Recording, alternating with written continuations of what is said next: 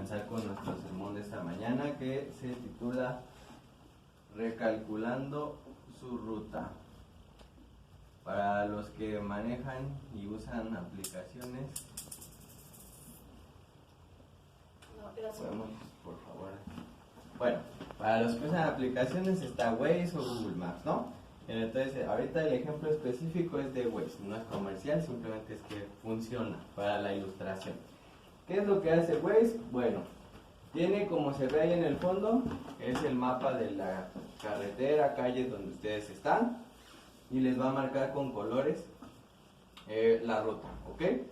Entonces, si está, por ejemplo, en rojo, significa que hay mucho tráfico, ya sea porque hay un accidente, por cualquier cosa. Pero entonces, tiene la virtud de que si, por ejemplo, ya sea que a propósito o sin querer te diste vuelta donde no, aparece ese letrerito, que es que va a recalcular tu ruta. Aunque te desviaste, aunque te saliste, en algún punto te va a volver a meter a la ruta en la que tenías que estar. Y bueno, evidentemente si yo sigo la ruta que está en azul, significa que es la que está libre, la que va a dar mejor tiempo, mejor resultado. Pero si a propósito me meto en la roja, obviamente voy a pagar una consecuencia, ¿cierto? De haber elegido esa ruta.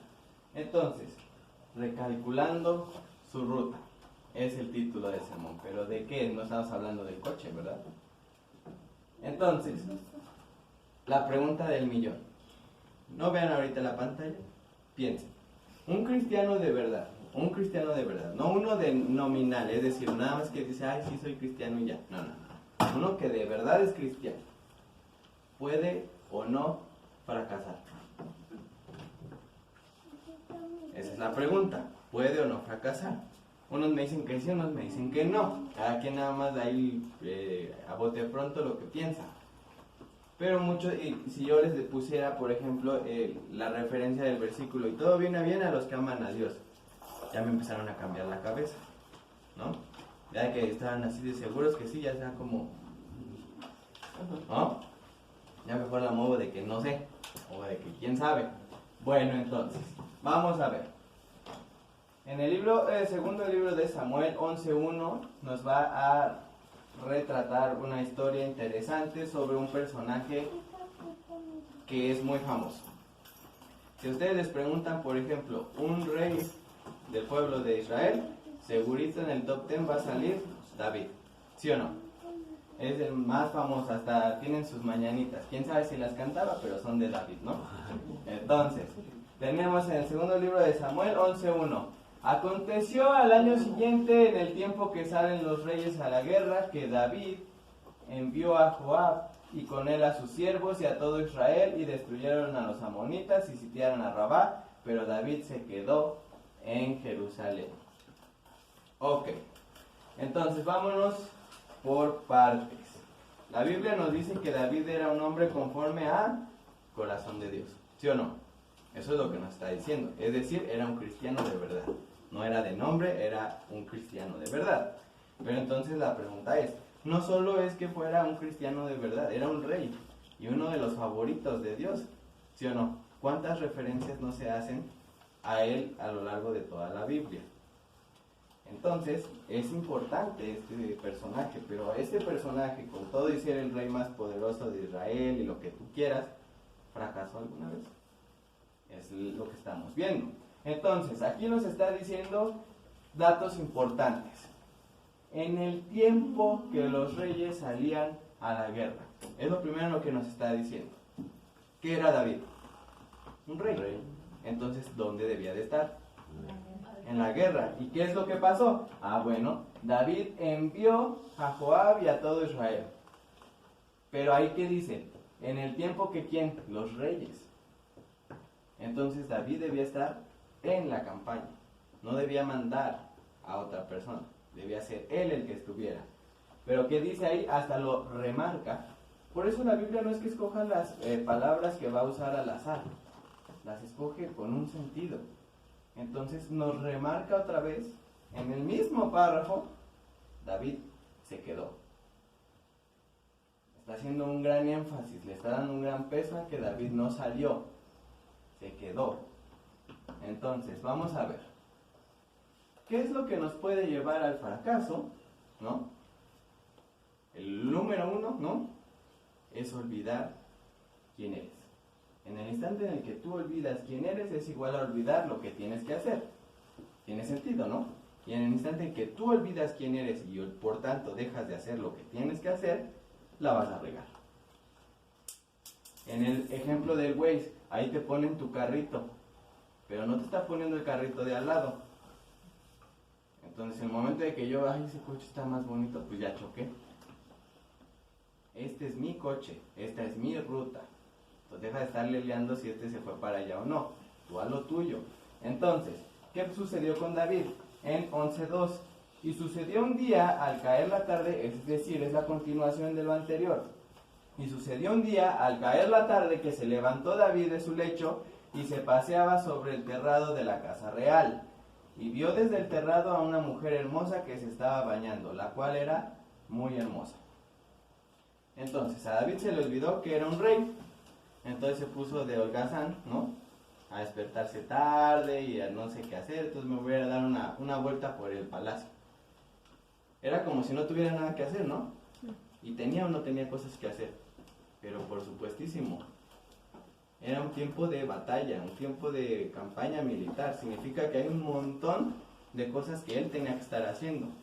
De entrada estar al pendiente, a ver, ¿qué está pasando? ¿No? ¿Qué necesitan los del pueblo de Dios que están jugándose el pellejo por mí? ¿No? ¿Los soldados comen o no? ¿Necesitan a una tiendita donde dormir? ¿Sí o no? ¿Necesitan ropa? ¿Necesitan zapatos? Él estaba viendo todo eso. Ni siquiera tuvo la decencia, ¿no?, de tener cuidado del pueblo de Dios. ¿Y ese es el trabajo del rey o no? Es tener cuidado del pueblo de Dios. Y en lugar de estar haciendo el trabajo que tenía que hacer por quien era, estaba holgazaneando. Entonces no tenía nada que hacer, bueno, más bien disimulando que no había nada que hacer, y se pone a pasearse. Y en ese paseo se encuentra una mujer que se estaba bañando. ¿Ok? Entonces este cuate David, ¿no?, ¿tenía esposa, sí o no? Sí, tenía esposa. Entonces tenía que andar viendo otra mujer bañándose. Y eso que todavía no vemos quién es esa mujer, ¿verdad? Pero él, estando casado, ¿tenía por qué estar viendo a la otra mujer? Claro que no. Entonces, olvidó quién era y dejó de hacer lo que se suponía. Y entonces, al no hacer lo que se suponía, haces todo menos eso. Y entonces empiezan a hacerse estas desviaciones de la que era tu ruta. 2. Dejar de hacer igual a empezar a hacer. ¿A qué me refiero? En el momento de que yo me dejo, en este caso, de comportar como rey, me voy a comportar como otra cosa. No es que me quede así sin ser, ¿verdad? Voy a seguir haciendo cosas y siendo alguien. Yo voy decidiendo quién y qué voy a hacer, pero no puedo dejar de ser y hacer. Entonces, la continuación dice: envió David a preguntar por aquella mujer, y le dijeron: aquella es Betsabé, hija de Eliam, mujer de Urías Eteo. Y envió David mensajeros, y la tomó, y vino a él, y él durmió con ella. Luego ella se purificó de su inmundicia, y se volvió a su casa. Hay veces en las que pasan accidentes. Podríamos decir, ahí él iba paseándose por su palacio, y fue sin querer que la vio. Ok, te la compraría si solo hubiera esa información.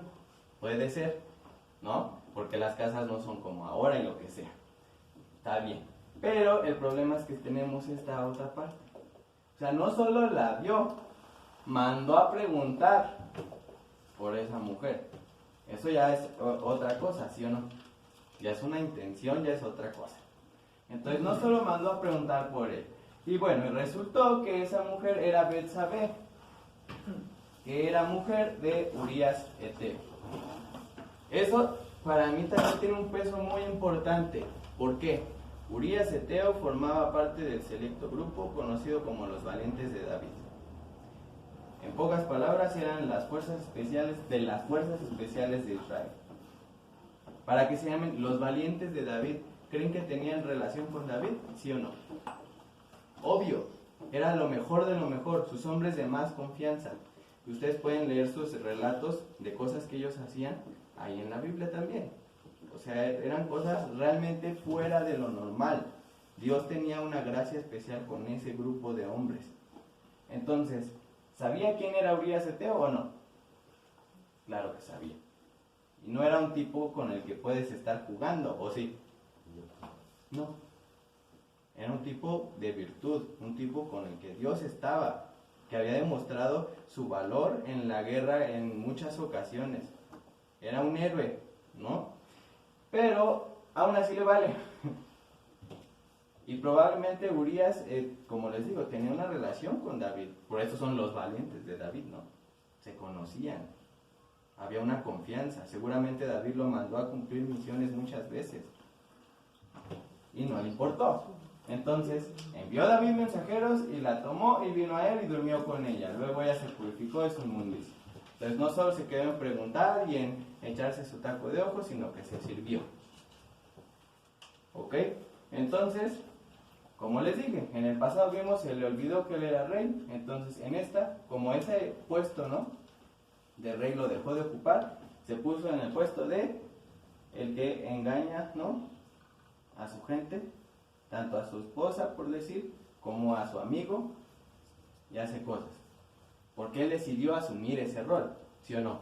Dijo, no me gusta, ahorita no quiero ser rey, quiero ser esta persona. Porque les dije, no te puedes quedar sin ocupar algún puesto, lo tienes que ocupar siempre, pero tú decides cuál vas a ocupar. Entonces, se estancó, ¿no? Se salió de su ruta, pero no solo se salió de la ruta, le gustó salirse de su ruta y le siguió. En lugar de regresarse luego a decir, ay no, no era por aquí, rápido. No, me gustó, síguele. Entonces, hay una frase que yo siempre utilizo, que parece trivia, trabalenguas o demás, pero no lo es. Dice, ser tú mismo te protege de no ser tú mismo. Y tiene todo el sentido del mundo.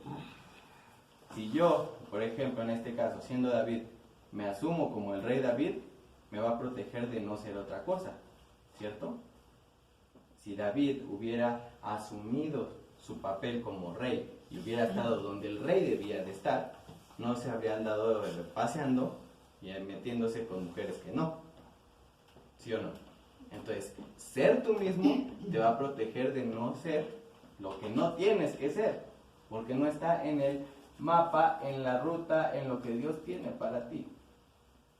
Entonces, por eso les puse aquí otra vez, ¿no?, la imagen de cómo se ve el juez. Ahí no se ve la ruta ni con problemas, ni...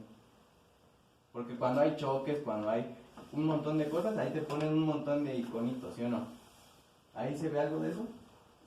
Esa es la pantalla que Dios pone enfrente de ti.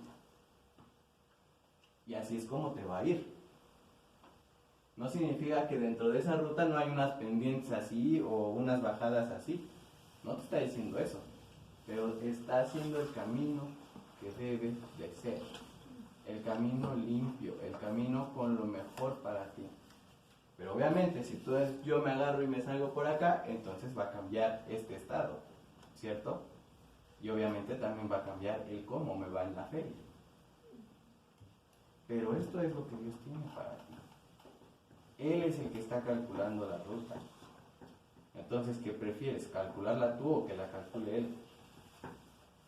Él tiene todo el panorama. Él ya sabe del choque adelante. Y si es eso, te lo va a cambiar.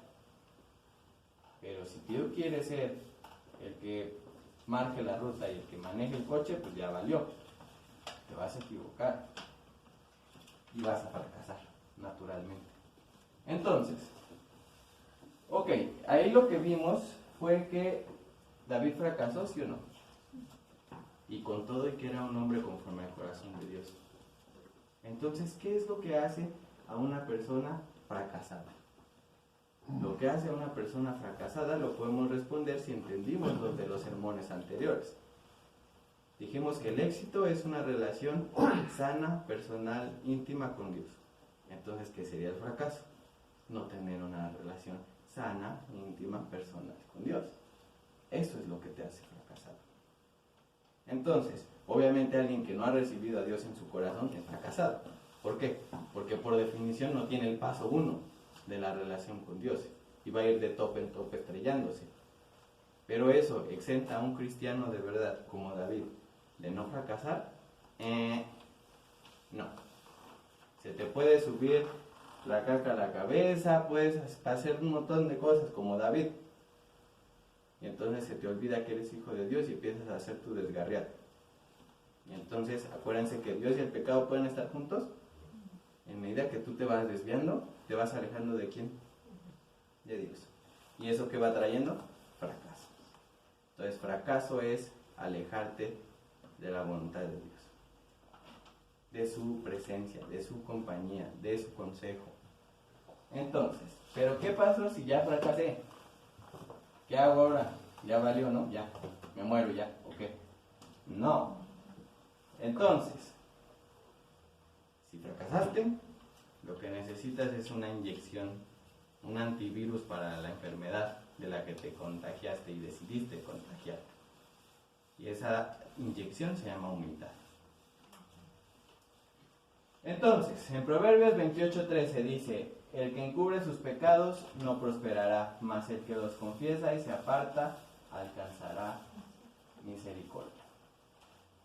¿Qué es lo que pasó con David después de eso? Bueno, no es toda la historia ahorita, pero confiesa su pecado.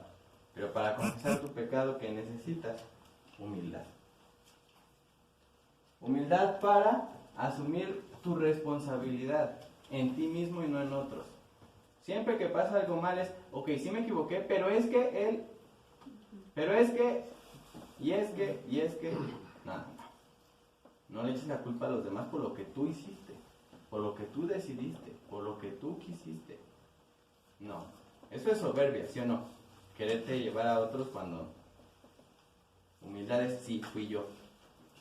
Yo me equivoqué, yo lo decidí, Eso es lo que hizo David. Sí, fui yo. Y estuvo mal. Me equivoqué. No lo voy a tampoco a maquillar, porque muchos los maquillamos nuestros errores, ¿sí o no? Es que nada más fue tantito, fue poquito, o fue, ¿no? Por una buena causa. Mango. Es lo que es. Robar es robar, mentir es mentir, matar es matar, lo que sea. No hay grados en los pecados, todos son iguales. Y la otra parte, que viene con esa misma inyección de humildad. Ya que reconocí que estoy mal, que sí fui yo, puedo pedir ayuda. Pero un soberbio pide ayuda. Alguien que no reconoce su error pide ayuda.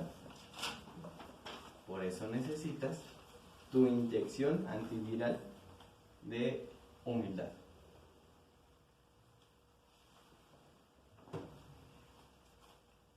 Ok, si ya me puse mi inyección, ¿qué sigue? Ya con esa inyección llego a perdonar y pedir perdón y pedir ayuda. Pero entonces, ¿ayuda para qué? Para esto. Para volver al camino en el que tienes que estar.